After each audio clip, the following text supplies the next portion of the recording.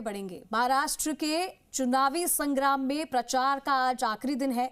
20 नवंबर को वोटिंग होगी, लेकिन उससे पहले बटेंगे तो कटेंगे से लेकर वोट जिहाद, धर्मादेश, फतवा, बाबर की औलाद से लेकर जहरीले सांप तक की एंट्री हो चुकी है। प्रचार में अभी कुछ घंटे बाकी हैं, लेकिन नेताओं के जहरीले बयानों की वजह से महाराष्ट्र की सियासी फिजा जहरीली हो चुकी है। आज हम आपको महाराष्ट्र की सियासी डिक्शनरी दिखाएंगे, जिसमें जहर बूझे शब्दों की भरमार है। देखिए हमारी खास रिपोर्ट। वोट जिहाद, औरंगजेब, रजाकार, फतवा, धर्मादेश, 15 मिनट 15 सेकंड, चुनौती स्वीकार है। बटेंगे तो कटेंगे, एक रहेंगे तो सेफ रहेंगे।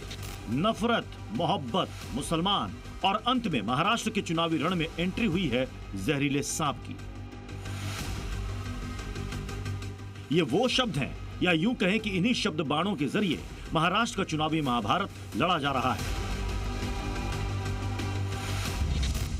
एक बार काटा तो खत्म आदमी होता है, जहरीला सांप। तो इसलिए ये जहरीले सांप को आप मार देना चाहिए, ऐसे लोगों को दूर रखना चाहिए। 20 नवंबर को महाराष्ट्र की सभी 288 सीटों पर वोटिंग होनी है। अब से कुछ घंटे बाद महाराष्ट्र के रण के चुनावी प्रचार का शोर थम जाएगा, लेकिन उससे पहले नेताओं की बयानबाजी से महाराष्ट्र की सियासी फिजा इतनी जहरीली हो गई है कि उसके सामने प्रदूषण वाला AQI कुछ भी नहीं है। और आग में घी डालने का काम किया है हैदराबाद वाले ओवैसी बंधुओं ने।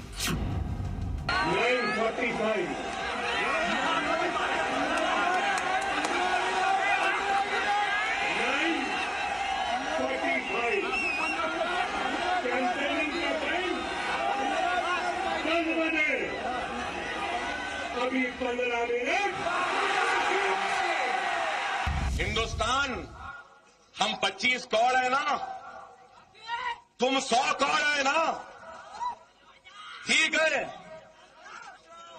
तुम तो हमारे से इतने ज्यादा है, 15 मिनट के लिए पुलिस को हटा लो, बता देंगे किसमें हिम्मत है, कौन ताकत है। ये तो रही छोटे ओवैसी की बात।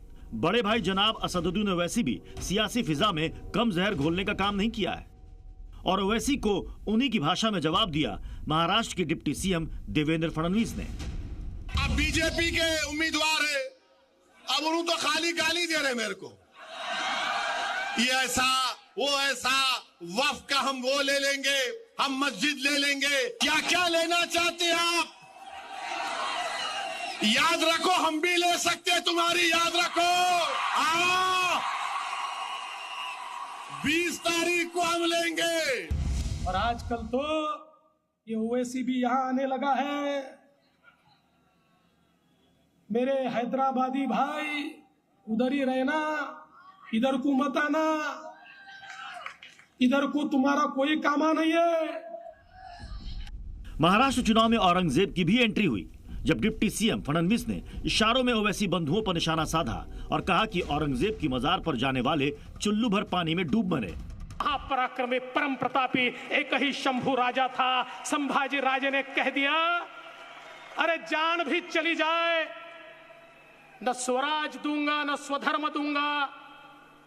और ऐसे संभाजी राजा का, उनका खून करने वाले, उनको मौत की घाट उतारने वाले, उनकी निर्मम हत्या करने वाले औरंगजेब की समाधि पर वो असदुद्दीन ओवैसी जाता है और माथा टेकता है, और तुम देखते रह जाते हो। अरे शर्म करो, चुल्लू भर पानी में डूब मरो, चुल्लू भर पानी में डूब मरो।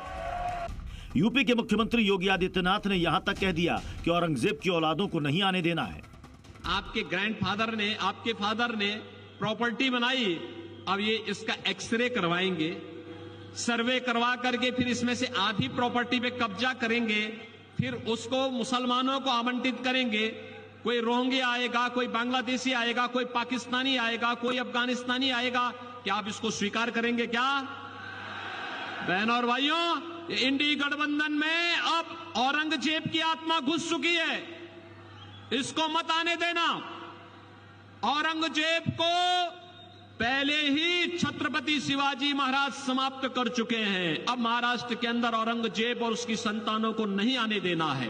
1818 में अंग्रेजों और मराठाओं की जंग हुई थी, तीसरी जंग। मराठाओं की फौज में मुसलमान थे।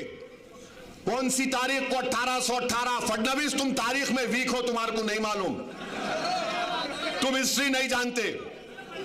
कुछ भी नहीं जानता, छोड़ो उन्हें।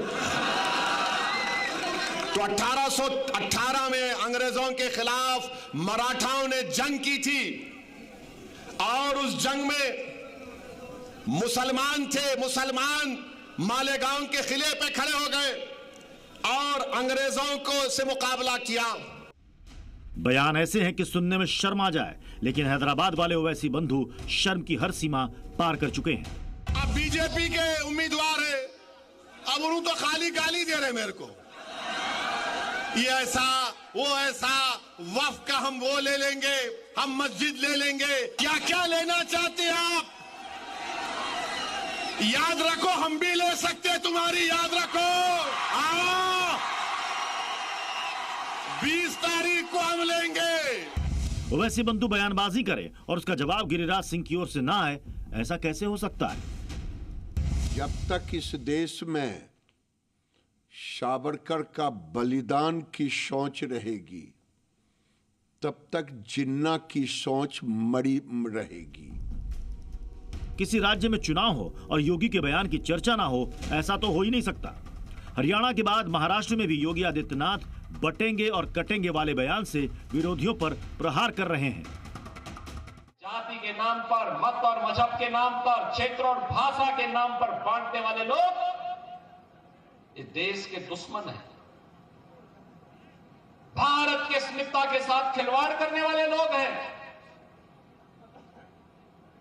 ये वही लोग हैं जो अंग्रेजों की चाकरी करके चाटुकारिता करते थे।